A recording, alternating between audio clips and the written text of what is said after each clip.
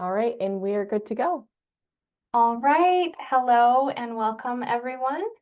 I'm Corey Wilhelm. I'm the SUNY Libraries Program Manager. And on behalf of SUNY OER Services, I am thrilled to welcome you to the SUNY OER Summit 2025. Thank you for coming. This is our third year having the summit. And we're really excited to see each year the different presentations and the different ideas that come up and discussions throughout the sessions. We hope that the summit will serve as a platform for faculty, staff, and students from SUNY and beyond to exchange ideas and explore the latest innovations in open educational resources. We're excited this year to be joined by colleagues from across SUNY, as well as other institutions and organizations. This year's summit features over 24 presenters from more than a dozen institutions, with attendees joining from the US and Canada, and then some from even further abroad. I did see a few folks in our registration list from Pakistan, from the Ivory Coast, from the UK. So we're thrilled to have everybody joining. Over the next 2 days, we'll come together and share successful case studies, explore trends, and discuss game-changing approaches in the OER landscape. And I would like to take a moment to extend a thank you to our sponsor for this program, Lumen Learning, and also to thank the SUNY Center for Professional Development, and especially Megan Misanovich for facilitating and managing the summit. We could not do this without the support of the SUNY Center for Professional Development, so we really appreciate the whole team and Megan's efforts. A big thanks to SUNY OER Services team, who makes this possible each year. And you can find the full agenda for the next 2 days at the link I think Megan's going to throw in the chat, and at this QR code. The Zoom links for each session should have been emailed to you for each section that you registered for. And if you do want to modify your registration, you can do that in the agenda with the code that was sent in your email. For most of the conference, we'll have 2 tracks running in separate Zoom rooms, so you can choose which sessions to attend. Our first session will start at 9:30 this morning following the opening remarks, and we'll have a lunch break each day and a few brief breaks throughout the day. And then later this afternoon, we will have our keynote speaker, Dr. David Wiley, who's a professor and really a pioneer of OER and AI in the education space. And now it's my pleasure to introduce the Director of Operations for SUNY OER Services, Tony DeFranco.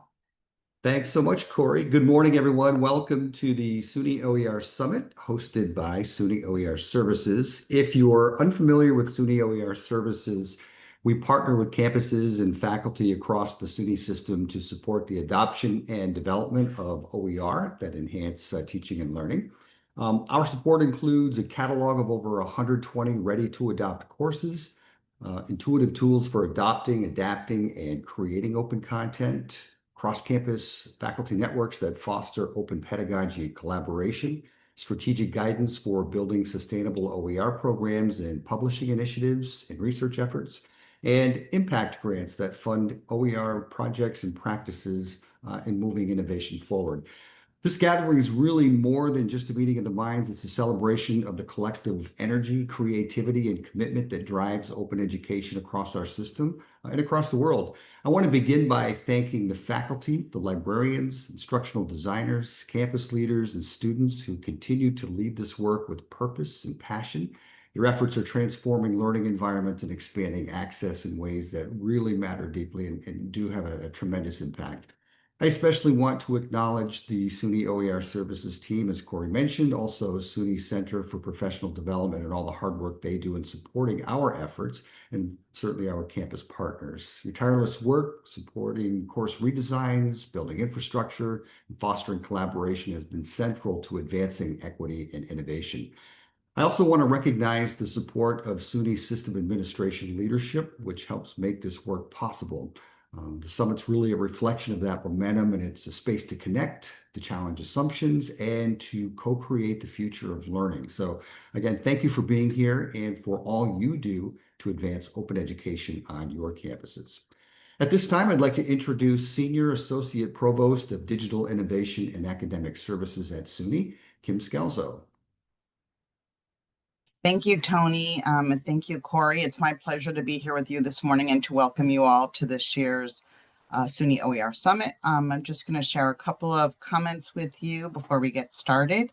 I'll just start by adding my thanks to Tony and Corey's, to Lumen Learning for their sponsorship, to the SUNY CPD for all of their support, and to the SUNY OER services team, who I just want to say is really Tony and Corey, who do an incredible amount of work to support this work across the system. We know that an event like this takes a tremendous amount of planning and organization, and everybody working together has done a fabulous job. So we have an impressive lineup of speakers who will be presenting over the next 2 days, and the more than 260 participants who are here really make this third annual conference wonderful. I do want to also say it's great to see a wide range of faculty, staff, and PhD students who come from both SUNY institutions and also from outside the SUNY system, which is great.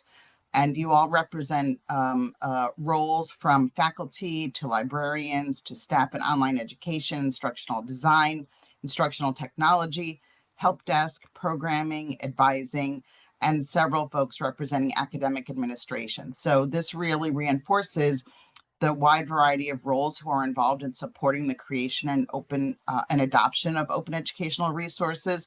And it's really a collaborative effort in working together. So I think we have a great lineup of sessions and projects that are going to be showcased and shared with you over the next couple of days. We hope that there's something for everyone and that you'll take advantage of the opportunity to listen, to learn, to connect, to network, and really get as much as you can from this event. So that's all that I wanted to be able to say. I'd really also like to be able to, I'm really pleased to be able to introduce our next speaker from SUNY to offer some welcoming remarks, and that is Julie Hartley Moore. Julie is our Senior Vice Chancellor for Academic Affairs. She joined us in February of this year from the Utah System of Higher Education, where she was Associate Commissioner and Chief Academic Officer with oversight for academic policy and programming. In Utah, Julie spearheaded several initiatives to increase access and completion, including Utah's transfer initiatives, the state's rapid transition to online learning during the COVID pandemic, and stronger attention to academic program approval and review processes. She is a passionate advocate for community-driven solutions, partnering with government, industry, and educational leaders, so she fits in really well here at SUNY. Over the past 8 months, I've come to appreciate the wide range of experience that she brings to her role, from being a faculty member to multiple academic leadership positions in a wide variety of institutions. And she has context for everything that we're trying to do in the provost office with DS and even with SUNY OER services, which is fabulous. We don't often get that in our academic leaders. Her bio says that she is a champion for inclusive excellence, and she seeks to shape policies and practices that empower students, advance equity, and build stronger communities. And as I've gotten to know her, I can tell you firsthand that this is true. She has been a strong advocate and champion for all of the efforts at SUNY to do just that. She's also really thoughtful and a champion for the work that we and all of you are doing to support open education, both from the affordability perspective, but also to improve student learning outcomes. And we've had some really great conversations just in the last couple of weeks about that. So we're really pleased that she's able to be here with us today to help us open the summit. And with that, I'll turn it over to Julie.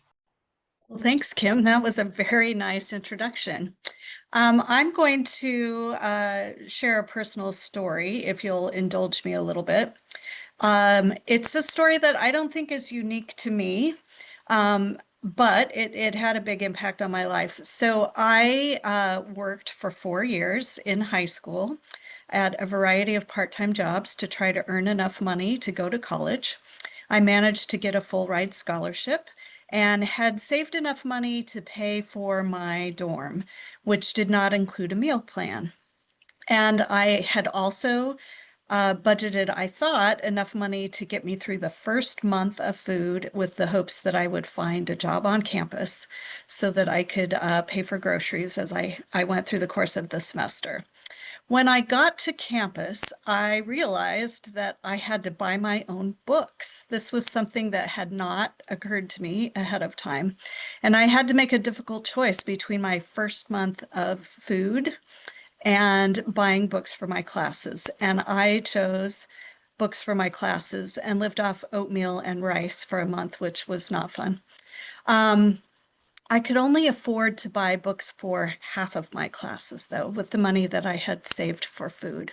And so I went through the syllabi for my courses and I tried to prioritize books that I needed at the very beginning of the semester, and tried to pick out the books that I could get by with.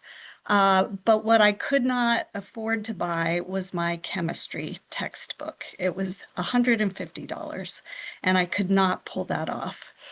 And in theory, according to the syllabus, I could go to the reading room at the library and access the textbook.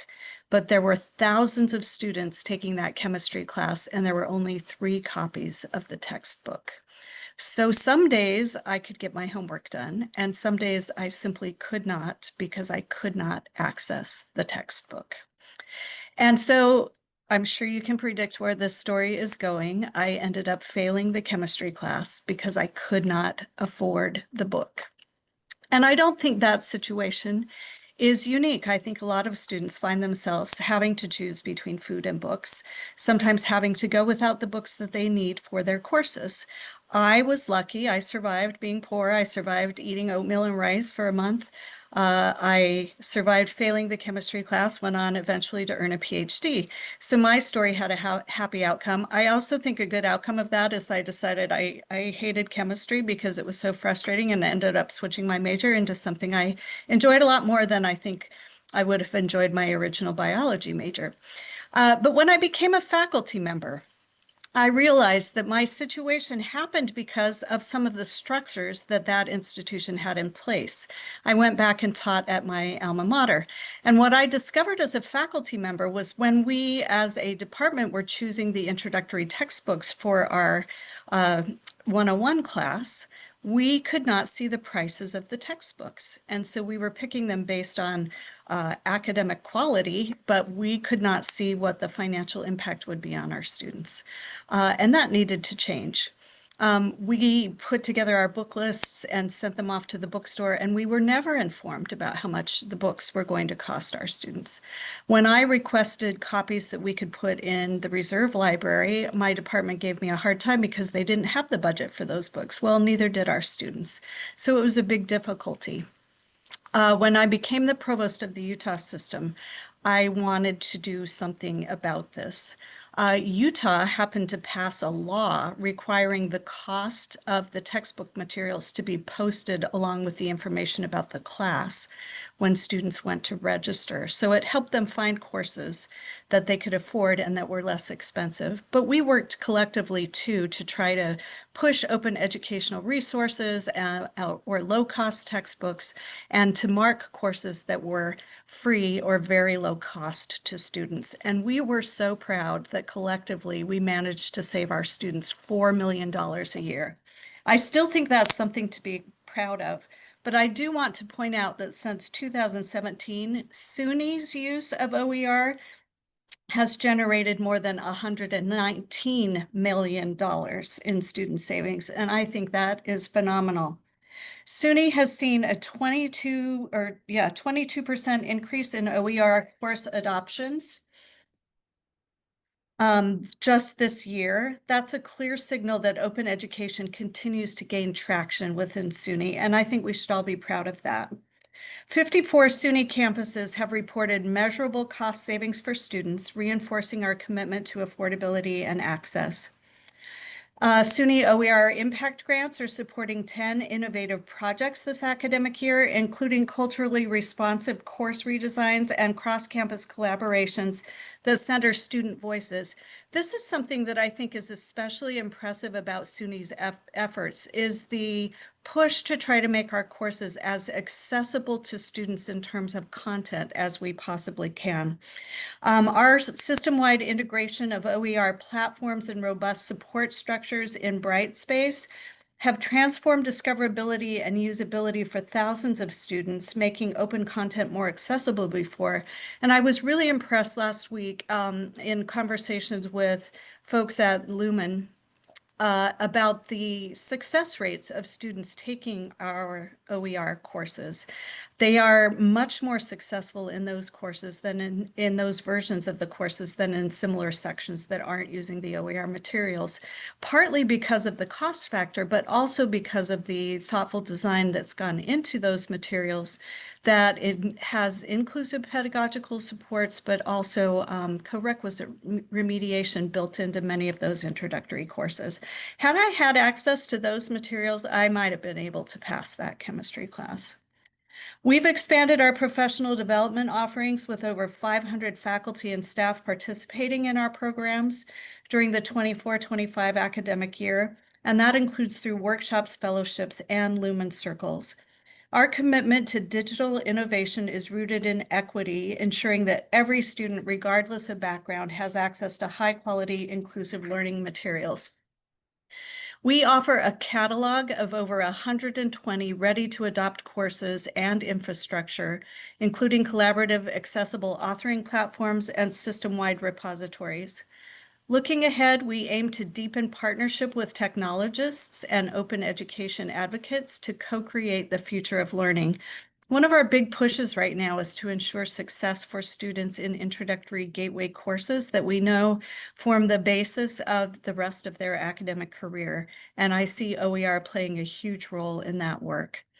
Our work spans student success, academic innovation, and equity-driven initiatives like ACE and ASAP. OER directly supports these efforts by reducing financial barriers, enabling culturally responsive, inclusive instruction aligned with SUNY's equity goals, and expanding access to high-quality materials.